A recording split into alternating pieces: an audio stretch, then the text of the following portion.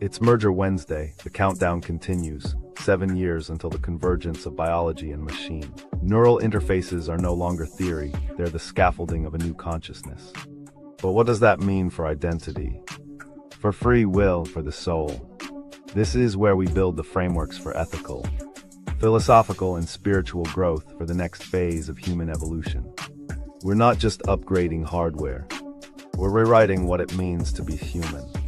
Each week, we explore the biotech breakthroughs, decode the cognitive shifts, and prepare the mind for the merge. This isn't about fear, it's about readiness. Because the future isn't waiting. It's already wiring in. This is about preparing human consciousness for the most significant leap in our species' history. If you think this is just about chips and brains, you're not ready. But we'll get you there, one Wednesday at a time. So sit back and relax as we take you on a journey on Merger Wednesday.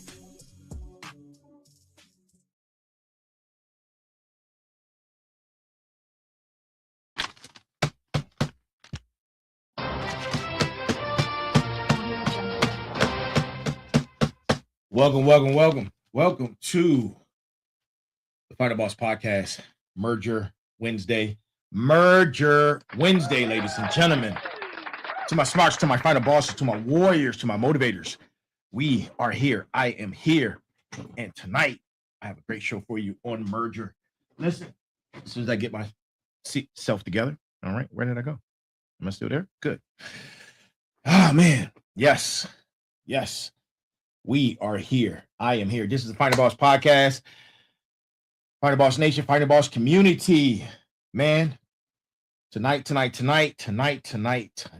episode number 167, episode number 4 of Merger. This is episode number 4 on Merger. Before we get started, listen, make sure you go get Go Time. If you haven't purchased it yet, go purchase your copy of Go Time, the Fired Up Train. Go purchase Go Time, the Fired Up Train, right? All aboard the Fired Up Train. It's my first novel. It's a series. More to come. For Go Time, ladies and gentlemen. More to come. So, like I said, tonight is episode number 167 of Merger Wednesday. Well, of the Final Boss Podcast, episode number 4 of Merger. And make sure you go like, share, subscribe. And to each and every last single one of you, no matter where you are, where you're viewing from, good morning, good afternoon, good evening, and good night. Please continue to send us all of your messages, your feedback, DM us, right? Hit us up on all the social media platforms, whether it be on Facebook, LinkedIn, Instagram, YouTube, Twitch, Kick, right? Or for your listening pleasures, Spotify. Make sure you do that. Go check out our website at www.thefinalbosspodcast.com. The one and only www.thefinalbosspodcast.com. One word. Make sure you go check out all of our sites, all of our podcasts, all the information that we're putting out, and that's out there. And you can see each and every last single episode on our website. Now, for those of you who want to send us an email, you can send us an email at info, I-N-F-O, at thefinalbosspodcast.com. That's info at thefinalbosspodcast.com. Ghost Pods. Shout out to Ghost Pods, wherever you are. Shout out to you. Thank you for tuning in. We appreciate you. Thank you for joining us. So tonight, man, we're going in on tonight's subject, right? But before I do that, I need you guys to listen to me very carefully, right? Because right now, at this exact moment, there are fully functioning computers operating around you that are similar and smaller than a grain of sand, right? Than a grain of sand. This isn't technology that's coming in 5 years. It's not in some laboratory. It's operating right now. And for those of you who are new to Merger, welcome, welcome, welcome, welcome. I am the final boss, and this is episode 167. 67! I know that is crazy. 67. Oh boy. And tonight, look, tonight we're pulling back the curtain on something that sounds like science fiction, but has 20 years of receipts that are attached to it, right? 20 years. And we're talking about smart dust, microscopic sensors, computers that you can't see, right? Networks that organize themselves. And here's the kicker. This isn't theory. This is deployed tech with peer-reviewed research, commercial products, and thousands of OSs, right? You think I'm playing? You think I'm playing games? This is real. The research started at UC Berkeley, right? About 20 years ago. They have over and has established 20 years of published research, right? Hitachi manufacturing chips, smaller than that, are existing right here since 2003. You have Crossbow technology, who has thousands of these things deployed everywhere. I'm gonna just say everywhere. They're everywhere right now. And for my final bosses and my smarts, to my motivators, to my warriors, I know you guys demand receipts because I got them. I got the receipts, right? So buckle up, because tonight I'm giving you documented facts that sound crazier than any conspiracy theory. And at the end, I'm going to bless you with full sources, full citations. I'm talking about, man, dissertation level evidence, right? And this is part of the merge. This is part of the merge series. And what you're about to learn will change how you see everything around you. So let's get into it. It's go time, baby. It's go time. Make sure you go pick up go time. Make sure you go pick up go time. All aboard the fired up train, right? Wherever books are sold. So good. Got that out the way. All right. All right. Let's dive in. But before we dive in, let me set the expectation. This episode is different, right? Everything I tell you tonight, every single thing that I tell you tonight comes with receipts. I'm talking about published papers, product specifications, documented deployments, right? Why? Because I'm building dissertation research, right? And you can't build on speculation. You can only build on facts, right? And here's what we're going to be covering. First, we're going to jump into the UC Berkeley's Smart Dust project, right? It's DARPA-funded research, over 30 peer-reviewed publications, lead scientists on the project, right? And they didn't theorize about microscopic computers. They built them, tested them, and published the results. Second, we're going to be discussing Hitachi motes chips, right? The commercial product measuring 0.05 millimeters by 0.05 millimeters. That's smaller than a human hair, right? And they've been manufacturing millions of these since 2003. You can buy them today, right? And third, we're going to talk about Crossbow's technology, MICA motes, right? Which are sensor networks deployed across the world.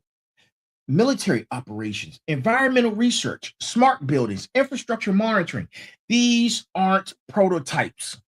These are operating systems with documented case studies. Now, I know what you're thinking. This sounds wild. It does. Believe me, I thought it did too when I was researching it. It does sound wild. That's why every claim comes with sources you can verify yourself. This is systematic excellence in action. This is research-backed content. This is the merge, right? And this is the merge becoming real before our eyes, right? Let me show you what they don't want you looking too closely at, right? And tonight, let's go into the brass tacks. Let's go into the brass tacks, right? And tonight's brass tacks comes from none other than moi, the author extraordinaire. And here's tonight's brass tacks. The future isn't coming. It's already here, operating at a scale you can't see. Smart dust proves that the most powerful technology is often the most invisible. And if you can't see it, you can't question it. That's why we're bringing receipts tonight, right? I am the Final Boss, and this is the Final Boss Podcast, and welcome to our Merger Wednesday show. Oh, man, my man Chris is on board. I see you, Chris. I see you, sir. I see you. You're vested. I see you. All right. Let's break this down in plain language because I know what you guys are thinking. If you've never heard the terminology before, I know what you're thinking. You're thinking, what the hell is smart dust? Well. What do we have here? Imagine taking a complete computer, sensors, processor, wireless communication, power supply, and shrinking it down to the size of a grain of sand. That's what smart dust is, right? Now, you might be thinking that's impossible, right? And I get it. I totally get it. But here's the thing, right? Here's the thing. Impossible is just what they call it before someone does it, right? In 2001, listen, in 2001, 3 scientists at UC Berkeley published a paper in IEEE computer magazine called Smart Dust, communicating with a cubic millimeter computer. You want to hear something crazy? I read that article. I read it. I remember reading it. Listen, I read it, right? The authors of that article were Dr. Chris Pister, Joe Kahn, and Bernard Bozer. And they didn't just write a paper about it. They built working prototypes and measured their performance. Here's what they packed into a device smaller than a grain of rice. Sensors that detect temperature, light, vibration, magnetic fields, a microprocessor that analyzes data, a wireless transmitter that sends information, a power system that runs on harvested energy from light or vibration. Now think about it, right? It sounds real Star Trek-like, right? For my Trekkies out there. Yeah.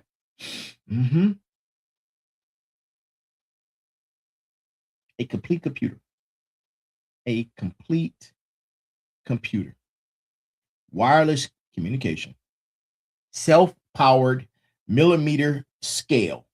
And this was done in 2001. But here's where it gets really interesting. These things don't work alone. They form networks. Drop 1,000 of these in a building and they automatically find each other, organize themselves, and start communicating. No human intervention, right? No central control. They just work. One sensor tells you the temperature in one spot. 1,000 sensors tell you thermal patterns across an entire building. 1,000,000 sensors, they're mapping environmental conditions across a city in real time. And this was 23 years ago. Imagine what they can do now. And this is documented. This is measured. This is real. Right? Let's time travel for a moment. Right? Let's go back to 1997.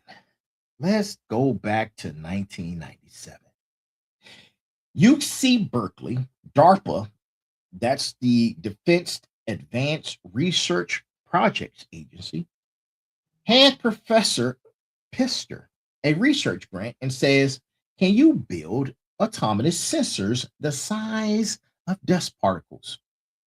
Most people would have laughed. Pister said, watch me.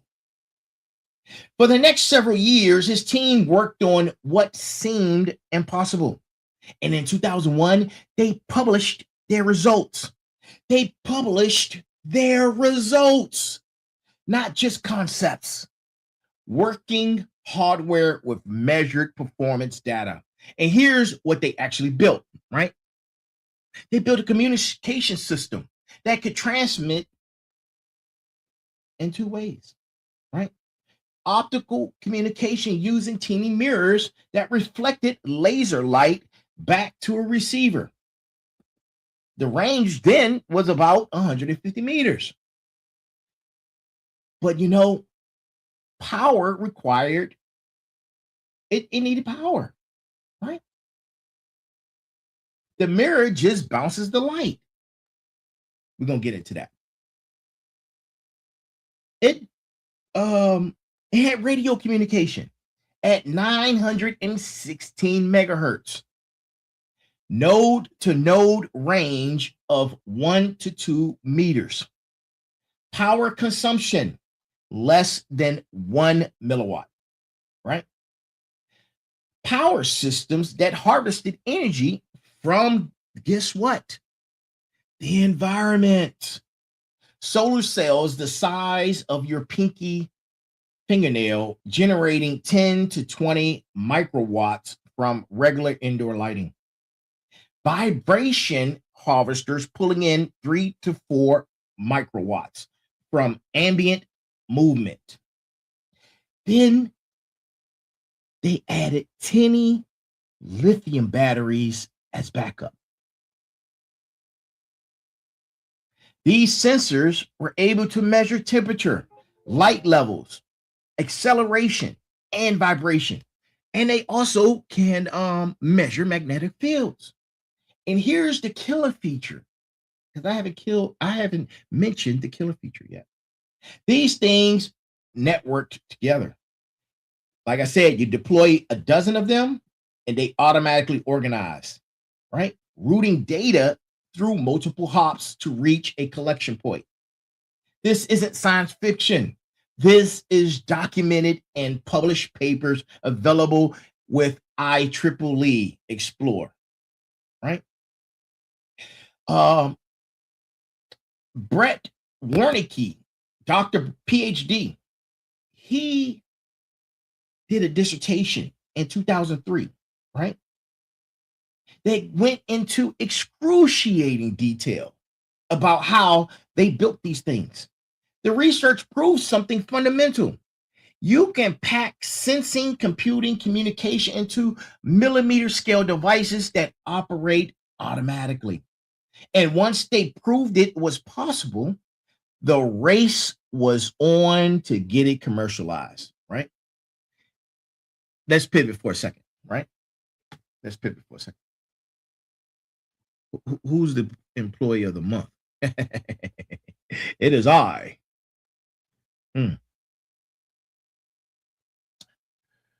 From university research to corporate production, let me introduce you to Hitachi's Mu chip.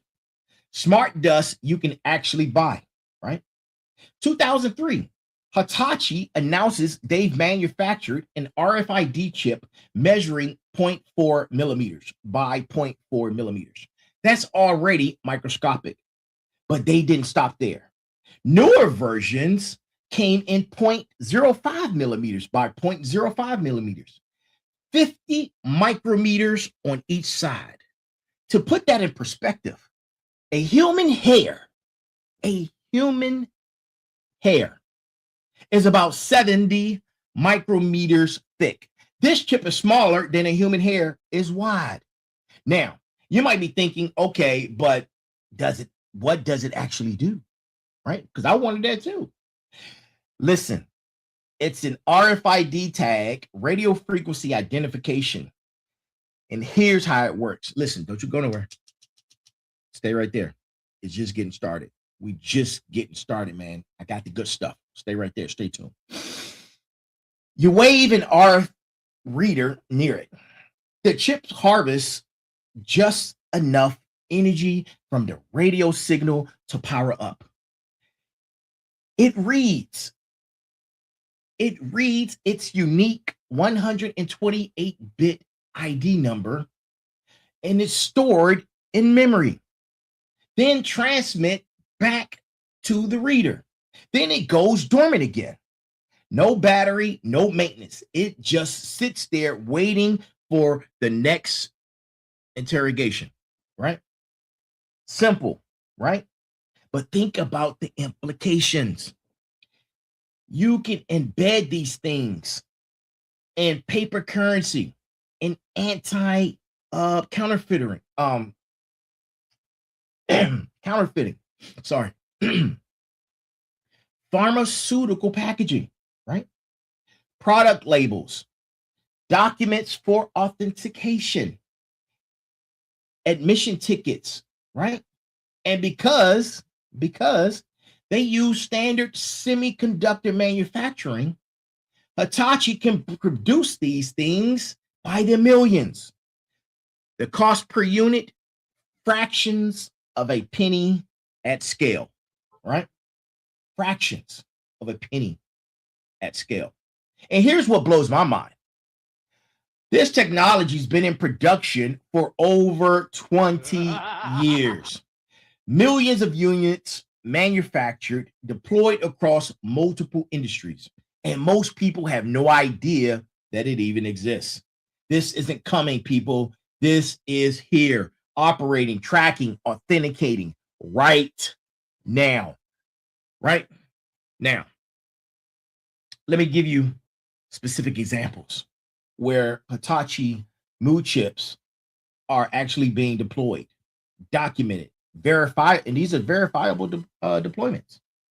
Let's go to Expo 2005. Let's time travel again. Expo 2005, right? Aichi, Japan. 6-month world exposition. Millions of visitors. Every single admission ticket had an embedded mood chip. Why? Authentication and tracking, right? Can't forge a ticket when it has a unique microscopic chip embedded in it. This is documented in the Hitachi press, dated back March 2005. Japanese entry points and access control, right? Let's talk about it. Post 2005. Multiple venues in Japan started embedding mood chips in tickets, concerts, sporting events, corporate facilities. The infrastructure was proven, the technology was cheap, adaptation was inevitable, right? Pharmaceutical and counterfeiting, right? This one's serious, right? Counterfeit drugs kill people. So pharmaceutical companies started embedding mood chips in high-value drug packaging.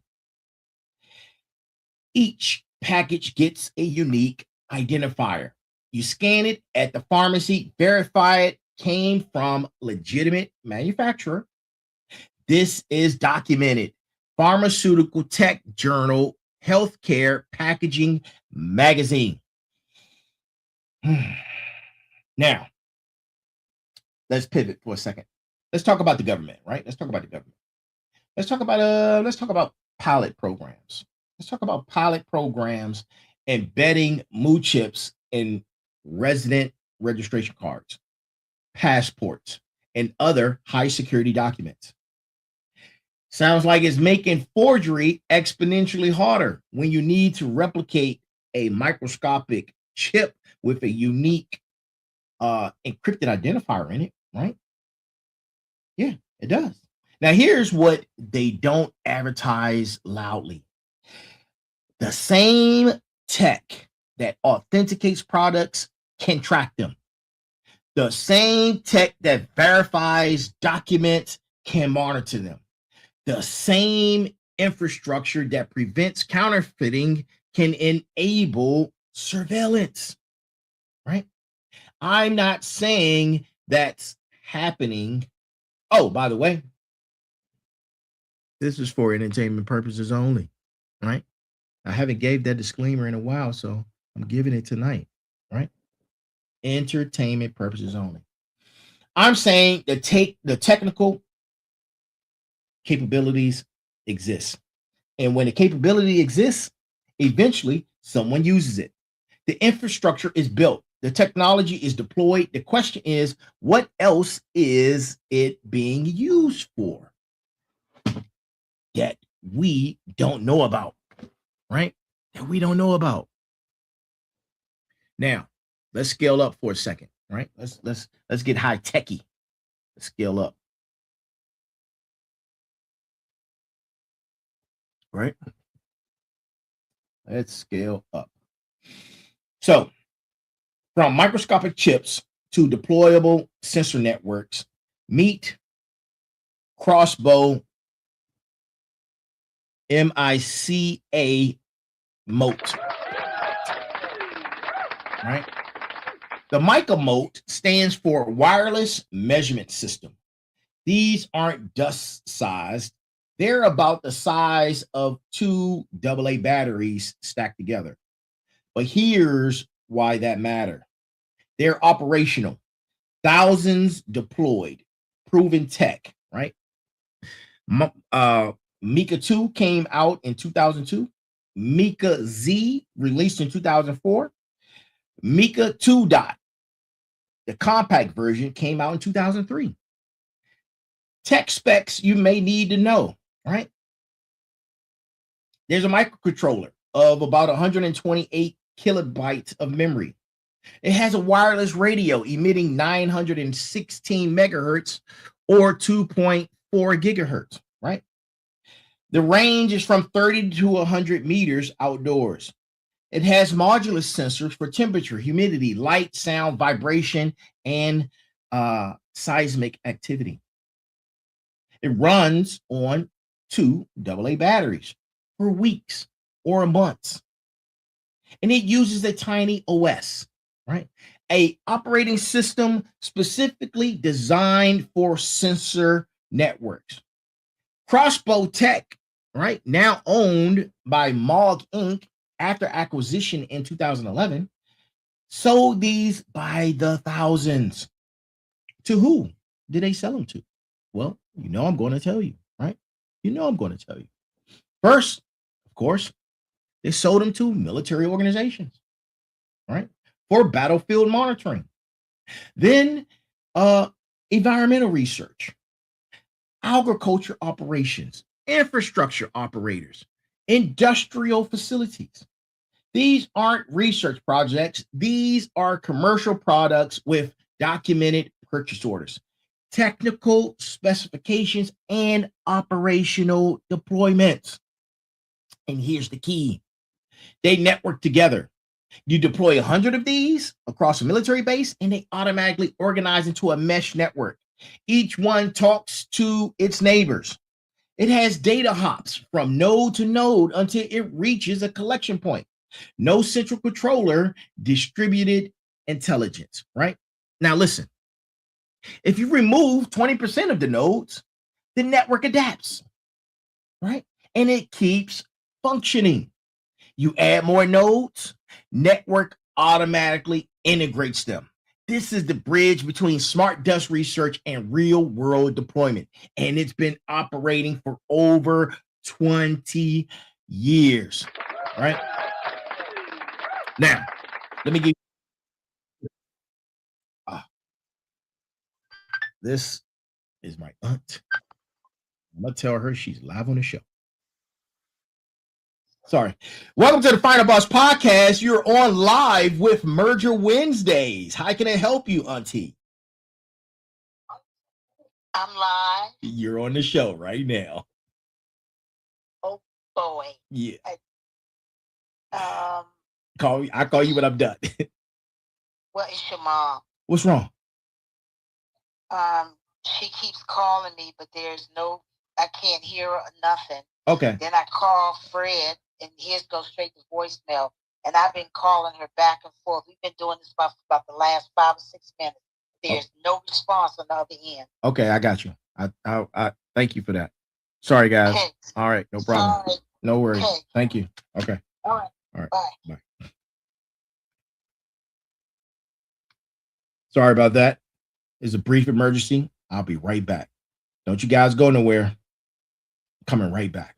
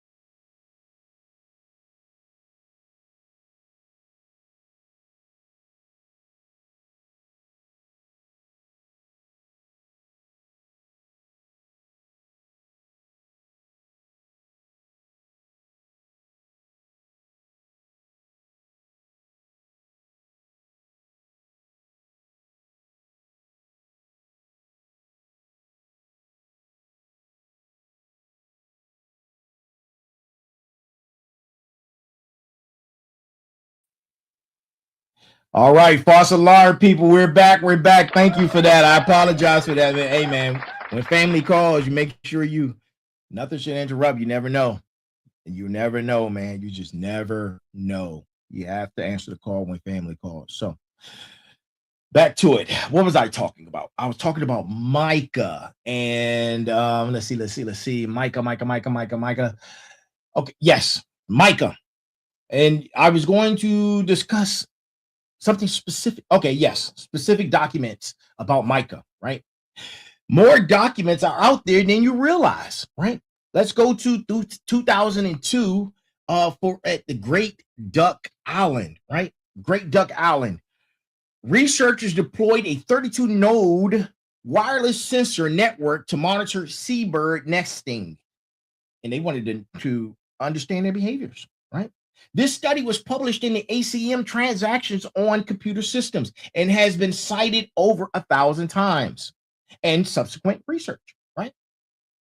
This was the proof of concept that wireless sensor networks could operate in harsh environments long term, right? Now, let's talk about Vulcan, Reventador, and Ecuador. In 2006, we're still time traveling, people. We're still time traveling. Stay with us, right? Stay with us. Scientists deployed a 16-node network on an active volcano to collect seismic and acoustic data, right? Published in Earth Science Informatics. Think about that. Sensors that operate autonomously on a volcano, wirelessly transmitting data, surviving ash and vibration. Let's time travel again, right? We're going to move a little forward in time to 2003 to the Golden Gate Bridge, right? Structural health monitoring network deployed to detect stress, vibration, and potential structure issues. Published in Proceedings of the International Conference on Information Processing and Sensor Networks. They put sensors on one of America's most iconic bridges, right, to monitor its structural integrity in real time, right?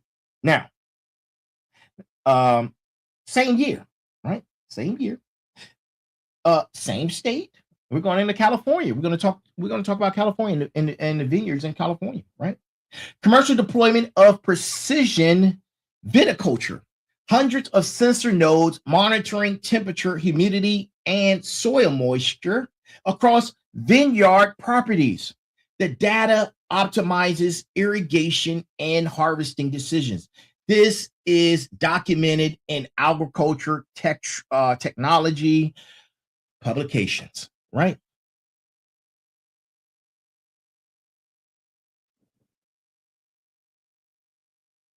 Listen.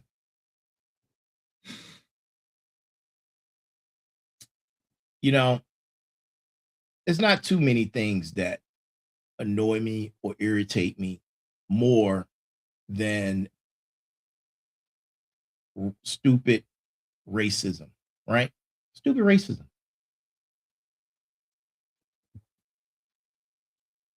And, you know, I'm not going to get into that, but I'm glad you're watching the show. Go tell your friends about the show. I'm glad you're here. You're welcome. Get some notes. Get your pen and paper. Take some notes, right? I have some good information for you. You can spread to your racial friends, man. You know, that's what you could do. Thank you for being here. Now, let's talk about we're still time traveling. Let's go to 2004. Redwood forest canopy, right? UC Berkeley again deployed sensors 70 plus meters up in redwood trees to monitor microclimate in the canopy above, right? It was published in IEEE Internet Computing. They literally put wireless sensor networks in treetops to study the ecosystem, right? Now, for military applications, is no amount that I can, man, the applications are enormous, right? Many of those deployments are classified, but there are some that are unclassified, right? And there are unclassified technical publications that document MICA motes, and they were used for perimeter security, vehicle tracking, structural monitoring. Every single one of these deployments proves the same thing. The tech works. Networks self-organize. Sensors operate autonomously. Data flows wirelessly. The system adapts to failures. This isn't theoretical. This is operational, right? All right. So I'm going to break this down. I'm going to break this down for you, right? And this is why mesh networks are a big deal, right? And I'm going to break it down to you in language that you can understand. Listen, traditional systems that are centralized, controlled, reports on all things, right? All things, because everything reports to a base station somewhere, right? If the base station fails, the entire network goes down. But mesh networks distribute intelligence. They have no single point of failure. And here's how it works. You scatter 1,000 sensor nodes across an area. Doesn't matter if they're placed carefully or just drop randomly. When they power up each node, the nodes look around for neighbors within the radio range. They establish communication links. They figure out rotating and routing paths to a collection point, right? Then they start to operate without human configuration. They just self-organize. Published routing protocols like AODV and leech handle do this automatically. Now, here's the powerful part, right? they can self-heal. If a node dies, a battery runs out, gets crushed, radio fails, the network detects the loss, recalculates routing paths, redistributes traffic, and it keeps operating. Research is published in IEEE Transactions on Mobile Computing shows these networks maintain functionality even with 20 to 30% node failure. That, my friends, is resilience, right? The multi-hop communication is the other kill feature. Nodes don't need long-range radios. They just need to reach their neighbors.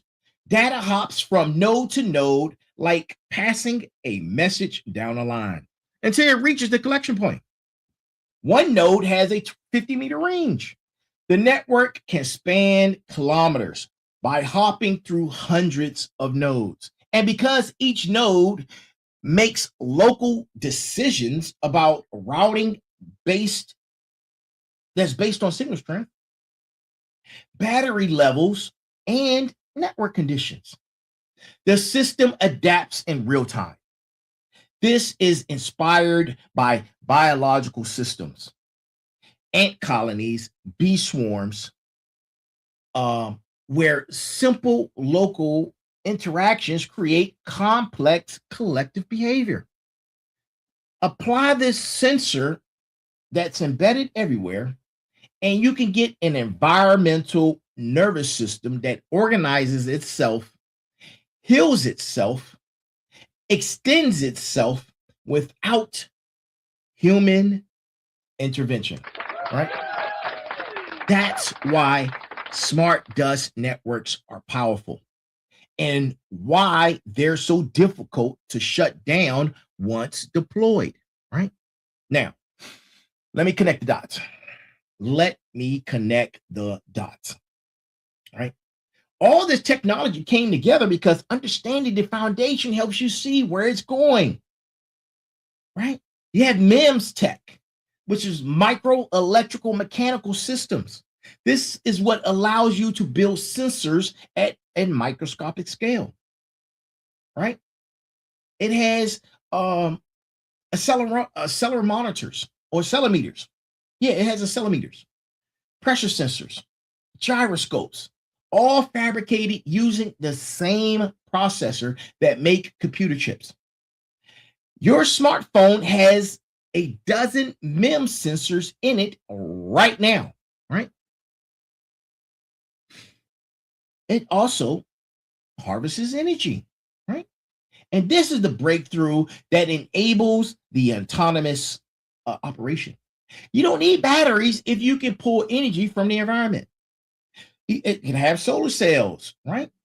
It could be piezoelectric materials. It could be thermoelectric, right? It has RF harvesting, which pulls power from radio waves. All this information is published research you can generate and research, right? The published research shows you can generate enough power from these sources to run sensors indefinitely. No battery changes, no maintenance, right? It even has wireless communication, right? Wireless communication. And with wireless communication, you need wireless communication standards. And they operate off of IEEE 802.15.4, which was ratified in 2003. It defines low power wireless for sensor networks, right? The second one is Zigbee, launched in 2004, commercial protocol stack for sensor communication, right? It also has Bluetooth Low Energy, published in 2010, which enables phone to sensor communication, right? And lastly, it has LoRaWAN, right? Published in 2015, which is low range, low power for distributed sensors. These standards mean different manufacturers' devices can communicate interoperably. That's critical for network deployment, right? This is what makes mass production possible through semiconductor manufacturing. The same factories making computer chips can make microscopic sensors. Sub-millimeter devices aren't exotic anymore. They're manufacturable at scale. The software protocols, the teeny OS, and other embedded operating systems are designed specifically for resource-constrained sensors that can handle power management, network coordination, sensor fusion, and security, right? And all of this information is documented. It's open source. It's published. It's proven. The pieces aren't coming together. They came together 15 years ago. And what we're seeing right now is deployment at scale, right? Now, let me bring back these points to what this show is about. The Merge on Merger Wednesdays. The Merge series is to show you why smart dust matters in the bigger picture, right? And it's not speculation. But it is for entertainment purposes only, right? Remember on episode 1 when we talked about injectable nanotech, right? Right? We talked about that. How Rainy Therapeutics had a capsule that was delivering drugs through microscopic intestinal injections. Nanoparticle vaccines that self-assemble inside cells. And then episode 2 and 3, we talked about smart blood. DARPA's biochronicity program, turning living cells into sensors. MIT's photoacoustic nanoparticles analyzing blood in real time.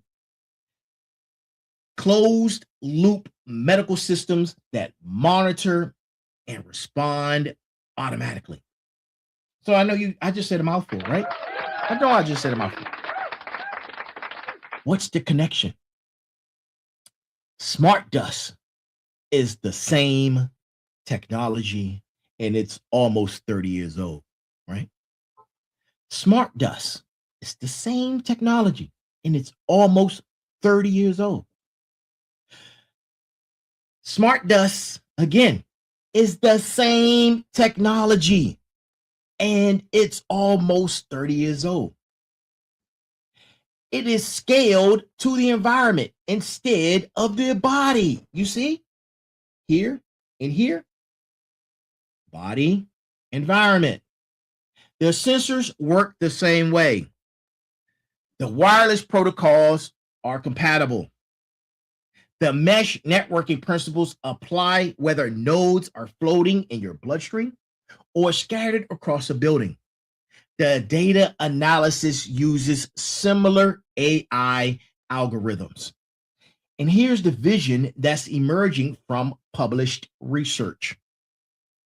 Bodied embedded sensors monitor your internal state. Environmental smart dust monitors your external conditions. AI systems fuse both data streams to optimize everything. Your smart blood detects early inflammation. Environmental sensors detect airborne allergens and pollutants. The system alerts you before symptoms start and recommends you leave the area.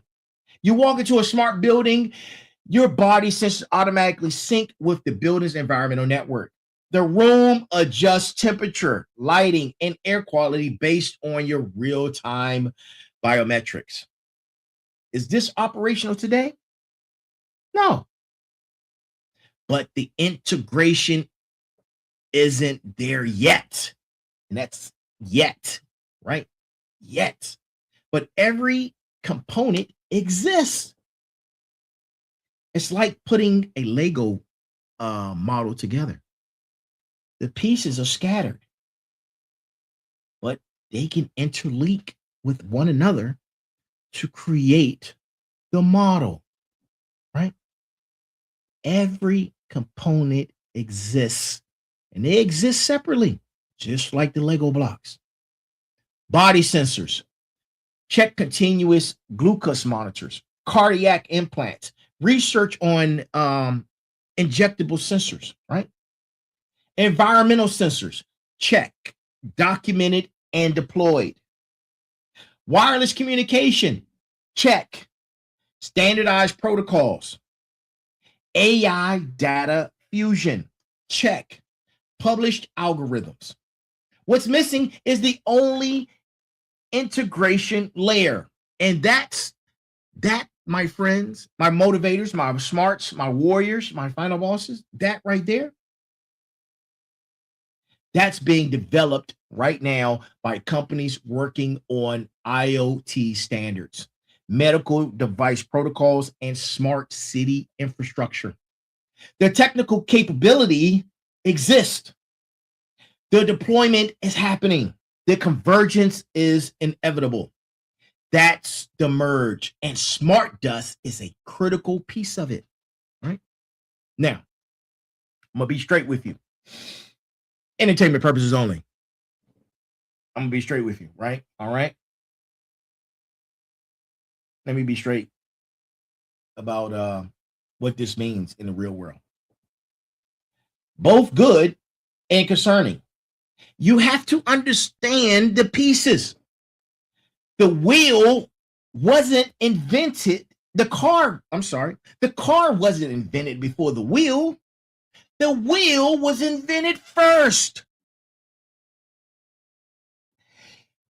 Listen, the wheel was invented first, before the carriage, before the car, before the bicycle, before the motorcycle. The wheel existed alone. Then the pieces came together and made these items, right? Listen, the benefits are real. The benefits are real. Environmental monitoring that saves lives, early wildfire detection, I'm sorry, earthquake sensors, structural monitoring that prevents bridge collapses. This technology has legitimate beneficial applications that are documented in thousands of research papers. Precision agriculture that reduces water waste and increases crop yields. Industrial monitoring that prevents equipment failures and workplace accidents. Medical applications that can revolutionize healthcare, right? And I'm not anti-tech, people. I'm pro understanding. I'm pro critical thinking. I'm pro, right? Pro understanding tech. That's why we're here, right? But let's talk about something else that's possible, right? Now that you see the pieces. When sensors are invisible and cheap enough to deploy by the billions, monitoring becomes ubiquitous. Ubiquitous. Right? You won't know you're being watched because the watchers are microscopic. One sensor gives limited data. 1,000 sensors track patterns across time. That reveals behavior, preferences, routines, relationships. Data fusion creates profiles far more detailed than any individual data stream can suggest. And here's the thing, right? Here's the thing. Once these networks are deployed, they're nearly impossible to remove. Sensors embedded in building materials, indoor infrastructure, in products, in packaging. How do you opt out of something you can't see or access? The technology is neutral. The application determines whether it benefits or harms. Same MICA motes monitoring environmental research can monitor protest movements the same as Hitachi chips that authenticate products and track individuals. Same mesh networks optimizing building efficiency can enable comprehensive surveillance.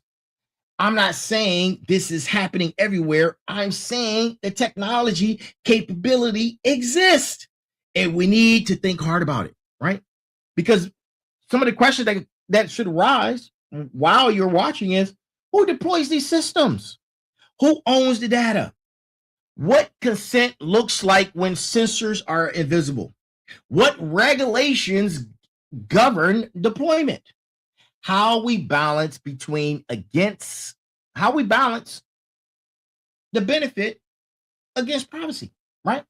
Because once this technology is everywhere and it looks like it's heading that way fast, right?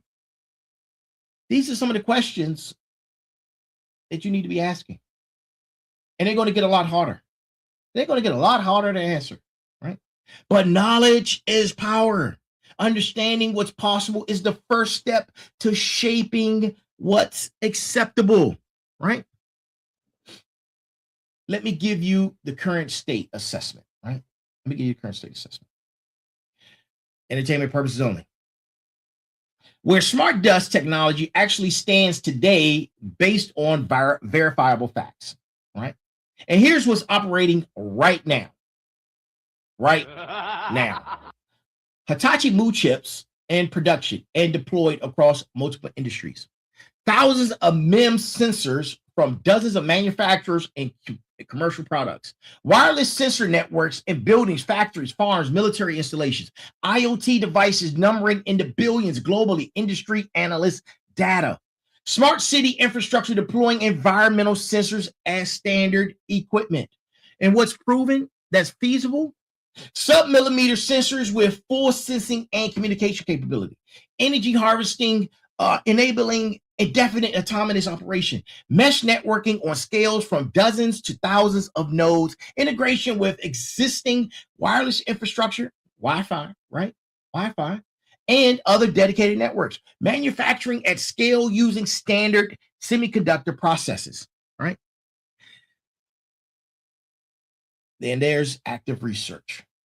There's active research, right, that is going on in reference to biodegradable sensors,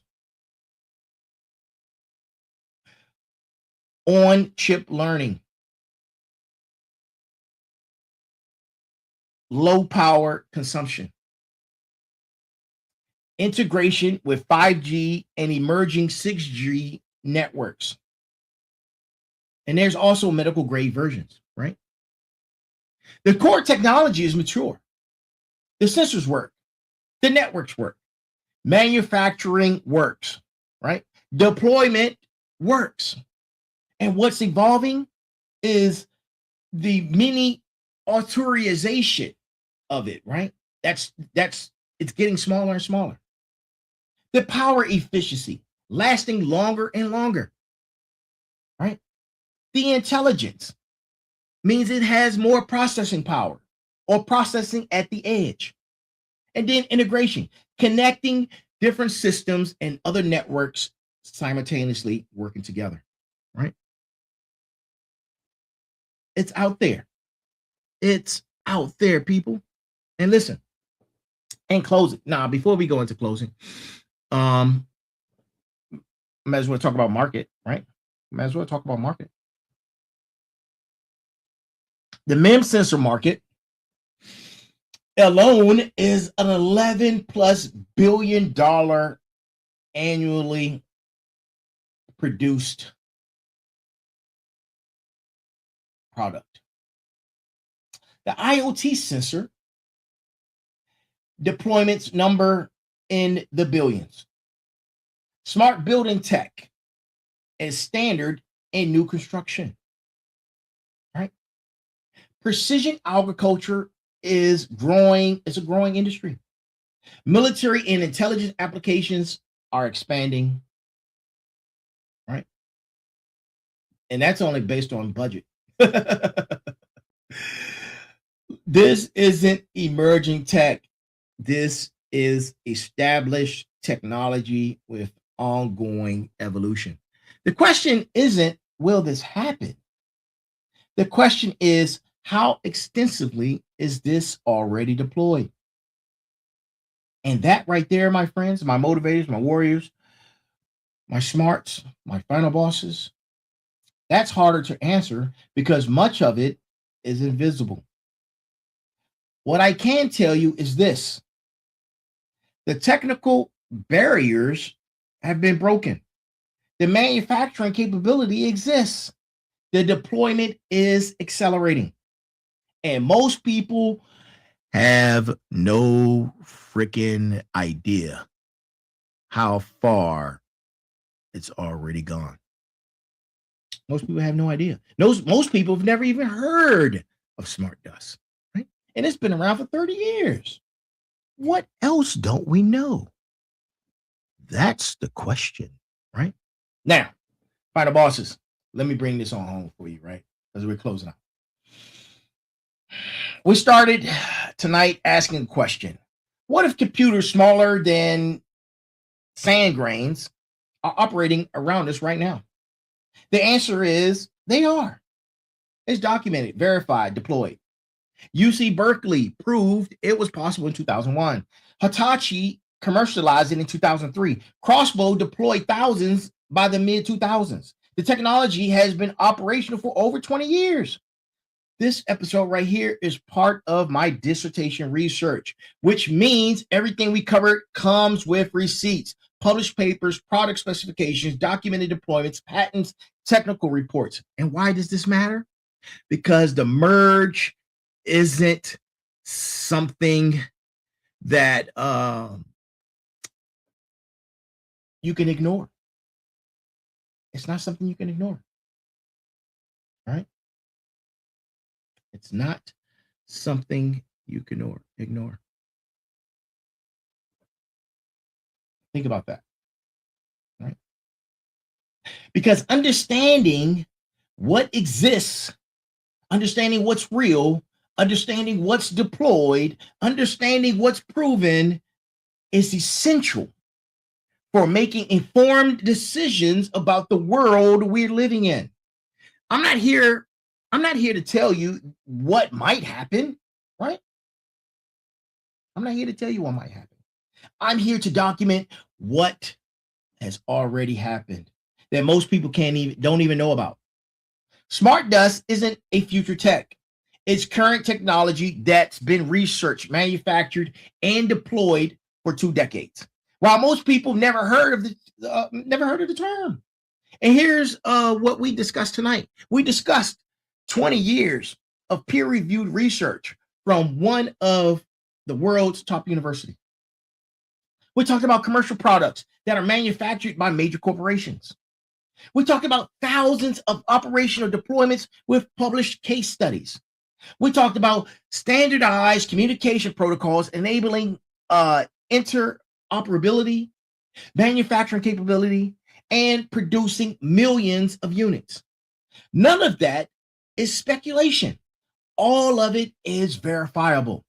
And what does that mean for you? It means that the world contains technology operating at scales you can't see. It means sensor networks are already embedded in infrastructure, products, and environments. It means the capability exists for both beneficial applications and concerning ones. Knowledge is power. You can't make informed decisions about technology if you don't know it exists. That's why I built this episode with my dissertation in mind, with these sources, right? Because smarts, listen up. Smarts demand receipts because warriors need to know the battlefield, because motivators stay fired up through knowledge and not ignorance, and because final bosses build systematic excellence on facts, not theories. Not theories, people. And next week, we're almost done. Next week, Merger Wednesday, we're documenting brain-computer interfaces, right? Again, no speculation. Only proven tech with measured results and verified deployments, right? To my final boss family who's here with me, let's continue to build. We're on this journey together. We're building this community together. This is systematic excellence in action. This is research you can't cite. This is evidence you can verify. Now, let me give you some of those references because I promised I would, right? Too easy.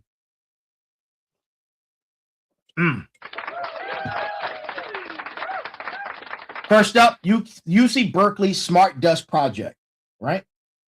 Pfister, Kahn, J.M. Bowser, 2001, Smart Dust, communicating with cubic millimeter computers. Also published an article in IEEE Computer, 34 pages 44 through 51, right? Warnicke, 2003, autonomous sensing and communication in a cubic millimeter, right? That was his PhD dissertation. Also, UC Berkeley, right? Kahn, Katz, and Pfister, emerging challenges, mobile networking for smart dust, right? Warnicke again, smart dust communicating with cubic millimeter computers, right?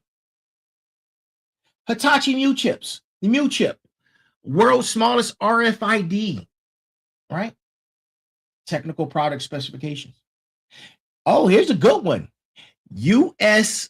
patent 6,988,667. I'm gonna say that again. U.S. patent 6,988,667, published in 2006. Wireless IC tag and method of manufacturing, right? The RFID journal. Hitachi develops world's smallest RFID chip, right? And I mentioned Crossbow, and then anything else you guys are going to have to find out on your own. Crossbow MICA motes. Crossbow technology, MICA motes, 2 wireless measurement systems data sheet, 2003, right? System architecture from 2000. Listen, people. The information is out there. The information is out there. The tech has been deployed. The tech has been deployed, right? Just because you don't know it exists doesn't mean it doesn't exist, right? Remember that. This is academic grade evidence. Academic grade evidence, right? And look, here's a systematic excellence framework right here. Go get go time. All aboard the fired up train. Go get go time. All aboard the fired up train. This is my systematic approach to building character and achieving excellence through the 6 pillars of success, right? And I got more books on the way. More books on the way. And if this information resonates with you, let it marinate in your spine. Let it marinate in your spine. And tonight, we documented smart dust technology. 20 years of research, commercial production, thousands of deployments, all verifiable through published sources, right? Next week, we're going to be talking about brain-computer interfaces, right? And to my final bosses in the building, who believe in systematic excellence, stay fired up. For my motivators pushing through, stay relentless. For my warriors in the trenches, stay ready. For my smarts demanding receipts, you got the receipts tonight. I am the final boss. This is the Final Boss podcast, right? We're building legacy content, people. We're building systematic excellence. We're building on facts, not fiction. And until next time, stay systematic, stay curious, stay fired up, and remember, it's go time. It's go time, baby. It's go time. This has been episode number 167. And remember, there's a heavy pain that comes with discipline, but the pain of regret is even heavier. We are here. I am here. And to all of you, good morning, good afternoon, good evening, and good night. Thank you for joining us. Be balanced, be equal, and be smart. And that is our show for tonight. My critical thinkers, my curious minds, my documented facts. That's our show. Y'all have a great night. And go get on the fired up train. Go get on the fired up train. I'll see you again tomorrow for special guests. Special guest Thursdays tomorrow, right? And then we're going to do it all over again next week, with starting on Sunday for Sitting Down Sundays with the Final Boss. Hey, Zubigard, I see you. Thank you for joining us. And everyone that's been out there that's joining us, go tell all your friends. And to my racist friends, tell your friends too. Come on aboard, right? Come on aboard this information train. I love you guys, man. Y'all have a great night. Talk to you soon.